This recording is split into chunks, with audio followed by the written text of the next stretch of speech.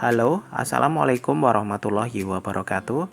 Bertemu lagi secara virtual dengan Pak Toto atau Pak Thomas Utomo. Kali ini Pak Toto akan mengajak kalian untuk belajar bersama tentang teks eksplanasi.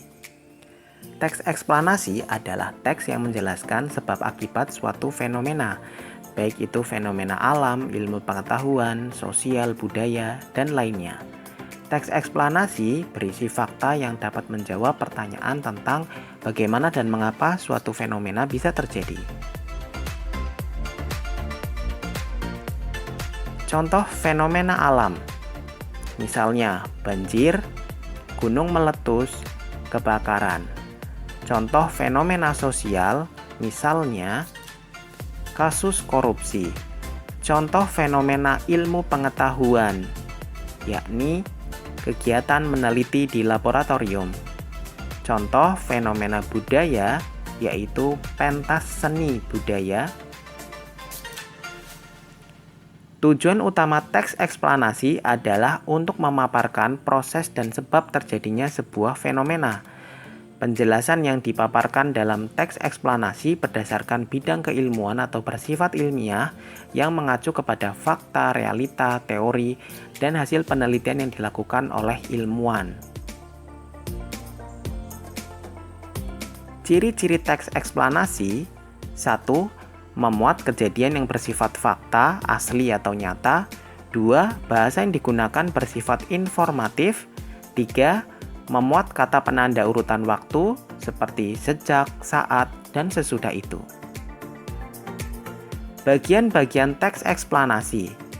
Pertama, pernyataan umum, berisi penjelasan umum tentang kejadian alam, sosial, ilmu pengetahuan, atau budaya yang sedang dibahas.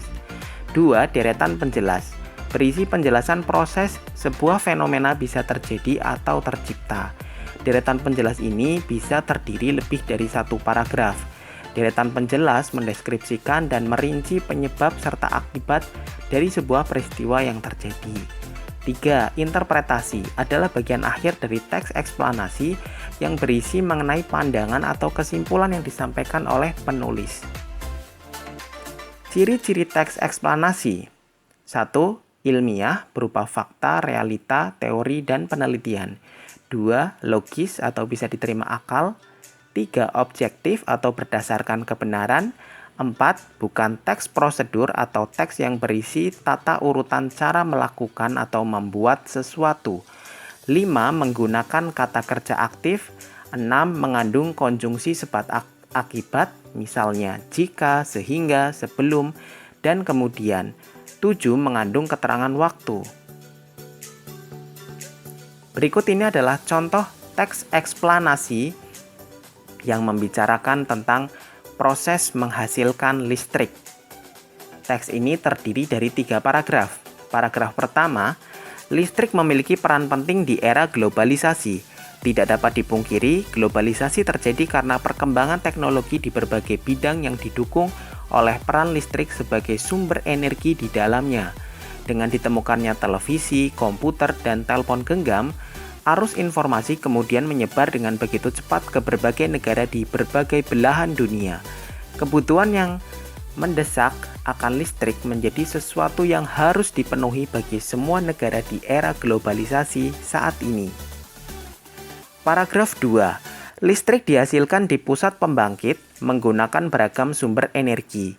Pada pembangkit listrik tenaga air atau PLTA, air dari waduk atau sungai masuk melalui pintu yang diatur oleh katup pengaman. Air kemudian masuk ke tangki pengaman tekanan.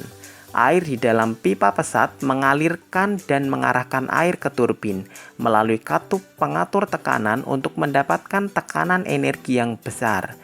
Energi potensial air kemudian menggerakkan turbin. Energi gerak tersebut kemudian diubah menjadi energi listrik oleh generator.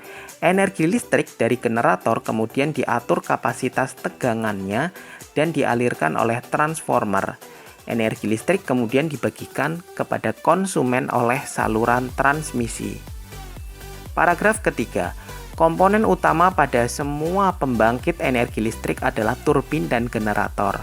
Turbin tersebut harus bergerak untuk menghasilkan energi gerak yang kemudian diubah menjadi energi listrik oleh generator. Energi penggerak turbin selain dari air juga bisa mendapat dari bayu atau angin, uap, dan juga surya atau matahari, serta sumber energi lainnya. Nah, dari bacaan di atas, kita dapat menentukan bagian-bagian teks eksplanasi sebagai berikut. Pertama, pernyataan umum, letaknya di awal paragraf atau paragraf 1. Listrik memiliki peran penting di era globalisasi. Globalisasi terjadi karena perkembangan teknologi. 2. Deretan penjelas terletak di paragraf 2. Listrik dihasilkan di pusat pembangkit menggunakan beragam sumber energi. Pada pembangkit listrik tenaga air atau PLTA, air dari waduk atau sungai menggerakkan turbin. Energi gerak tersebut kemudian diubah menjadi energi listrik. 3. Interpretasi terletak di paragraf 3. Komponen utama pada semua pembangkit energi listrik adalah turbin dan generator. Energi penggerak turbin berasal dari aliran air, angin, panas bumi, dan sumber energi lainnya. Dan bagian-bagian dari teks eksplanasi bisa diubah menjadi bentuk mind map atau peta konsep seperti ini. Ada banyak bentuk mind map lainnya, bisa dibuat dan disesuaikan menurut kebutuhan masing-masing. Demikianlah pembelajaran kita kali ini. Terima kasih sudah mengikuti dengan baik. Tetap sehat, terus semangat. Kita akan bertemu lagi pada kegiatan pembelajaran berikutnya. Wassalamualaikum warahmatullahi wabarakatuh.